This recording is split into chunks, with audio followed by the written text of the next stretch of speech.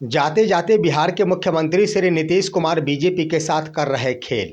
पाला बदलने में भी नहीं लगेगी देरी। महागठबंधन नेता आईपी गुप्ता ने कर दिया दावा। दोस्तों नमस्कार, मैं हूं आपका दोस्त स्केच चौधरी। आखिर जाते जाते बिहार के मुख्यमंत्री श्री नीतीश कुमार बीजेपी के साथ खेल पर खेल ही कर रहे हैं।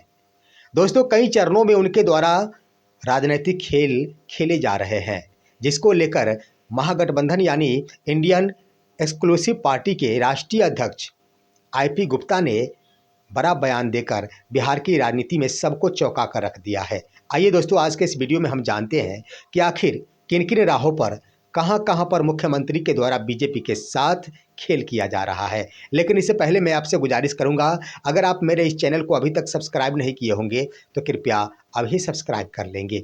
सबसे पहली बात दोस्तों कि आप सभी को मालूम होगा कि बिहार के मुख्यमंत्री अपनी कुर्सी छोड़ रहे हैं, क्योंकि वो राज्यसभा के लिए निर्वाचित हो गए हैं। तो अब सिर्फ बातें रह गई है एमएलसी पद से रिजाइन देते हुए मुख्यमंत्री पद से इस्तीफा देना और बिहार की गद्दी पर किसी और को कुर्सी संभालना। अब यहीं पर खेल खेला जा रहा है बिहार के मुख्यमंत्री श्री नीतीश कुमार के द्वारा। सबसे पहली बात कि कहां पर खेल किया जा रहा है दोस्तों, अब यहां पर मामला फंस चुका है बीजेपी और जदयू के बीच में, क्योंकि आप सभी को मालूम है कि ये खबरें भी चलती रहती है कि नीतीश कुमार की दिली इच्छा है कि बिहार के मुख्यमंत्री की कुर्सी पर वही व्यक्ति बैठेंगे जिसे नीतीश कुमार चाहेंगे। यानी बीजेपी के भी कोई अगर लीडर, बीजेपी भी अगर किसी को बिहार की कुर्सी पर बैठाएगी तो उसमें सहमति नीतीश कुमार की होनी चाहिए। और सबसे बड़ी बात कि ऐसी बात नहीं कि सहमति ही नीतीश कुमार की होनी चाहिए। यहाँ पर नीतीश कुमार के स्तर से बीजेपी को सख्त हिदायत दी जा रही है कि मैं बीजेपी के जिस लीडर को कुर्सी पर बिठाने को कहूँगा उसी पर ही बिठाना होगा। ये तो मुख्यमंत्री की कुर्सी के लिए। इसी बीच हम आपको बता दें दोस्तों कि खबरें चल रही थी कि मुख्यमंत्री के स्तर से जो भी बिहार भ्रमण का कार्यक्रम किया गया है और उस कार्यक्रम में देखा गया है कि लगातार ही शुरू में मुख्यमंत्री के द्वारा सम्राट चौधरी के कंधे पर हाथ रखा गया। ये खबरें आई कि सम्राट चौधरी को प्रमोट किया जा रहा, लेकिन धीरे धीरे मुख्यमंत्री अपने नीति को बदलते चले गए। अंत तक आते आते एक बार उन्होंने ललन सिंह के पीठ पर भी हाथ रखा, तो दूसरी तरफ उन्होंने विजय सिन्हा के भी पीठ पर हाथ रख दिया। अब सारे लोग अचंभित हो गए कि लगातार तो सम्राट चौधरी के कंधे पर हाथ दे रहे थे, अब क्या हो गया। ललन सिंह वो तो जदयू के ही नेता है और विजय सिन्हा बीजेपी के लीडर है, तो आखिर मुख्यमंत्री किसे प्रमोट कर रहे हैं। दरअसल दोस्तों मुख्यमंत्री किसे प्रमोट कर रहे हैं इसका खुलासा नहीं हो पा रहा, लेकिन ये बात सत्य है कि जिनके भी कंधे पर मुख्यमंत्री के द्वारा हाथ रखा गया है उन्हें मुख्यमंत्री प्रमोट नहीं कर रहे हैं, क्योंकि नीतीश कुमार को जो करना होता है कभी उसकी भनक तक नहीं लगने देते हैं। तो ये स्पष्ट हो रही है दोस्तों कि यहाँ मुख्यमंत्री चाह रहे हैं कि मैं जिसे चाहूँ उसी को ही मुख्यमंत्री बीजेपी बनाए। उसके बाद क्या कुछ मंत्रालय है दोस्तों, बड़े बड़े जो मंत्रालय है जैसे स्वास्थ्य विभाग हो गया, उसके बाद इस्पात हो गया, कृषि इत्यादि विभागों की जिम्मेदारी जदयू खुद चाह रही है कि ये तमाम बड़े बड़े मंत्रालय जदयू के कोटे में जाना चाहिए। उसके बाद आइए दोस्तों सबसे बड़ी बात कि गृह मंत्रालय, मुख्यमंत्री का मानना है कि गृह मंत्रालय जदयू के खेमे में हर हाल में जाना चाहिए। यानी मुख्यमंत्री अगर बीजेपी के तो गृह मंत्रालय और बड़ा बड़ा मंत्रालय जदयू के कोटे में ही होनी चाहिए। और सबसे बड़ी बात दोस्तों कि मुख्यमंत्री की चाहत यह है कि अब डिप्टी सीएम दो नहीं रहेंगे। अगर बीजेपी के मुख्यमंत्री हो तब एक ही डिप्टी सीएम रहेंगे, वो जदयू के होंगे। इतनी सारी शर्तें हैं मुख्यमंत्री के स्तर से, जिसके कारण यहाँ पर बीजेपी सोचने पर मजबूर है कि मैं जिसे चाह रहा हूँ उसे तो मुख्यमंत्री चाह नहीं रहे हैं, तो आखिर होगा तो होगा क्या। लेकिन अंत में बता देना चाहूँगा कि ऐसा अगर नहीं होता है तो अंतिम शर्तें क्या रखी जा रही है मुख्यमंत्री के द्वारा कि अगर ऐसा नहीं होता है तो मुख्यमंत्री तो बदलेगा ही बिहार का, लेकिन जदयू के ही कोई व्यक्ति बिहार की कुर्सी पर बैठेंगे। यानी जाते जाते मुख्यमंत्री के द्वारा बड़ा खेल किया जा रहा है।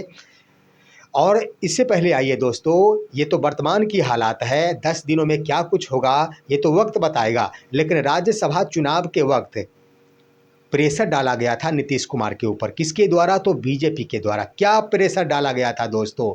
यही सोचने वाली बात है कि 123 का आंकड़ा, क्योंकि विधानसभा की कुल सीटों की संख्या है 243, तो बहुमत के लिए कितनी संख्या चाहिए? 142 122 चाहिए। तो यहाँ पर बीजेपी के द्वारा एक गेम खेला गया था और गेम खेलकर नीतीश कुमार के ऊपर एक प्रेशर बढ़ाने की कोशिश की गई थी कि आपके जदयू के कुल 85 विधायकों को अगर हम छोड़ देते हैं, उसके बाद भी हमारे पास 123 का आंकड़ा पूर्ण जाएगा। वो कैसे दोस्तों? यही गेम खेला गया था कि अगर वहाँ पर जदयू के विधायकों को छोड़ दिया जाता है, 202 में से 85 हटा दिए जाते हैं, तो स्पष्ट रूप से दोस्तों 89 है बीजेपी के, 19 है चिराग पासवान के, तो कुल मिलाकर हो गए 108। 5 है जीतनराम मांझी के, तो हो गए 113, और 4 है उपेंद्र कुशवाहा के, तो कुल हो गए 117। उसके बाद 6। अब दोस्तों 6 कैसे हो सकते हैं? तो गौर करने वाली बात है। 123 पुराने के लिए यहाँ पर 6 की संख्या, तो 6 की व्यवस्था की गई थी। लेकिन 123 क्यों पुराना चाह रहे थे बीजेपी के स्तर से? आखिर 122 ही तो बहुमत का आंकड़ा था। दरअसल दोस्तों 123 इसलिए कि राज्यसभा के 5 सीट के लिए जदयू के पास कुल 85, जदयू के पास कुल कितने? तो 85 विधायक, और 2 हर हाल में 2 सीट जदयू जीत रही थी, इसमें कहीं से कोई दिक्कत नहीं, जिसमें एक नीतीश कुमार और रामनाथ ठाकुर। लेकिन शेष जो 3 थे सीट, उसमें एक उपेंद्र कुशवाहा और 2 बीजेपी के लिए। तो इन 3 सीटों पर बीजेपी की मंशा ये थी कि 85 के 85, यानी नीतीश कुमार को चुनने के लिए 82, एक राज्यसभा के लिए 41 विधायकों का समर्थन होना चाहिए था, और नीतीश कुमार के जदयू के 2 उम्मीदवार थे, तो इसके लिए हो जाना चाहिए 82। तो 3 जो विधायक बचेंगे जदयू के, वो भी बीजेपी को वोट नहीं करे, इससे भी कोई मायने नहीं रखता है, जिसका नतीजा भी हुआ होगा कि प्रथम वरीयता में नीतीश कुमार को ज़्यादा वोट, 41 के बदले 44 वोट पड़े हैं। इसका मतलब क्या हुआ? 3 वोट ज़्यादा उन्हीं को मिल गया। तो यहाँ पर बीजेपी के स्तर से ये सेफ गेम खेला जा रहा था कि शेष जो बच जाते हैं, हमको चाहिए 3 विधायकों को जीतने के लिए 41 3 राज्यसभा सांसदों को जिताने के लिए 41 और 41 यानी 123 विधायकों का समर्थन चाहिए, जो 117 की संख्या पुर जाते हैं। जब 117 तो बच जाते हैं 6, तो 6 विधायकों की आवश्यकता पड़ेगी। इसकी पूरी तैयारी कर ली गई थी बीजेपी के स्तर से। और क्या तैयारी की गई थी दोस्तों? तो अभी जो 4 महागठबंधन के विधायक अनुपस्थित रहे, इसके बदले में 6 विधायकों की तैयारी की गई थी। 4 ही नहीं, वो 6 थे। आपको मालूम होगा कि लगातार खबरें चल रही थी कि कांग्रेस के 4 विधायक फरार है, कांग्रेस के 4 विधायक अनुपस्थित है, लेकिन बाद में चलकर 1 विधायक आ गए, तो अनुपस्थित रह गए मात्र 3। लेकिन आरजेडी के भी 2 विधायक थे, 2 विधायक चल रहे थे अनुपस्थित, लेकिन अंत समय में 1 विधायक आ गए, लेकिन 1 विधायक अनुपस्थित ही रह गए। तो यह बीजेपी यानी ऑपरेशन लोटस चलाया गया था, और बीजेपी के स्तर से विपक्ष के 6 विधायकों का समर्थन प्राप्त कर लिया गया था। और सेफ गेम इस रूप में खेला गया था कि आप सभी सिर्फ अनुपस्थित हो जाए। पहली बात तो कही गई थी कि आप लोग क्रॉस वोटिंग करेंगे, लेकिन इससे भी ज़्यादा सेफ उन्होंने समझा कि क्रॉस वोटिंग करेंगे कि नहीं करेंगे इसकी तो कोई गारंटी नहीं, इसलिए आप सभी अनुपस्थित हो जाए। लेकिन अब 6 संख्याएँ थी। अंत समय में इन बातों को भाप गए थे बिहार के मुख्यमंत्री नीतीश कुमार, और ज्यों ही इस बात की भनक लगी, ये तो खबरों में भी चल गई थी कि 6 विधायक महागठबंधन के अनुपस्थित है, तब जाकर अंत समय में आकर नीतीश कुमार के द्वारा एक कांग्रेस के विधायक को संदेश भेजा गया। चंपारण के तरफ के विधायक है दोस्तों, और वो आए, वोटिंग की प्रक्रिया में भाग भी लिए। उसके बाद क्या हुआ दोस्तों कि एक आरजेडी के भी विधायक को बुलाया गया और वो भी आए। इससे हुआ क्या? यहाँ पर हुआ ये कि आखिर कम संख्या विधायकों की उपस्थिति होने के कारण वो तो हर हाल में बीजेपी के 5 उम्मीदवार जीत गए, लेकिन नीतीश कुमार के ऊपर जो दबाव डाला जा रहा था कि जदयू के विधायकों का समर्थन भी हम छोड़ देते हैं तो मेरे पाले में 123 विधायक आ जाएंगे, यानी जो 6 आखिर इस राज्यसभा चुनाव की वोटिंग प्रक्रिया से अनुपस्थित होते। इसका मतलब है कि बीजेपी अंदर खाने या रणनीति बना रही थी कि अगर जदयू के विधायकों को भी छोड़ दिया जाता है तो भी मैं 123 का आंकड़ा पार करने जा रहा हूं। और ऐसा इसलिए किया जा रहा था कि नीतीश कुमार इन बातों को स्वीकार कर ले कि बीजेपी जिन व्यक्ति को चाहे उन व्यक्ति को बिहार की कुर्सी पर बिठा सकती है।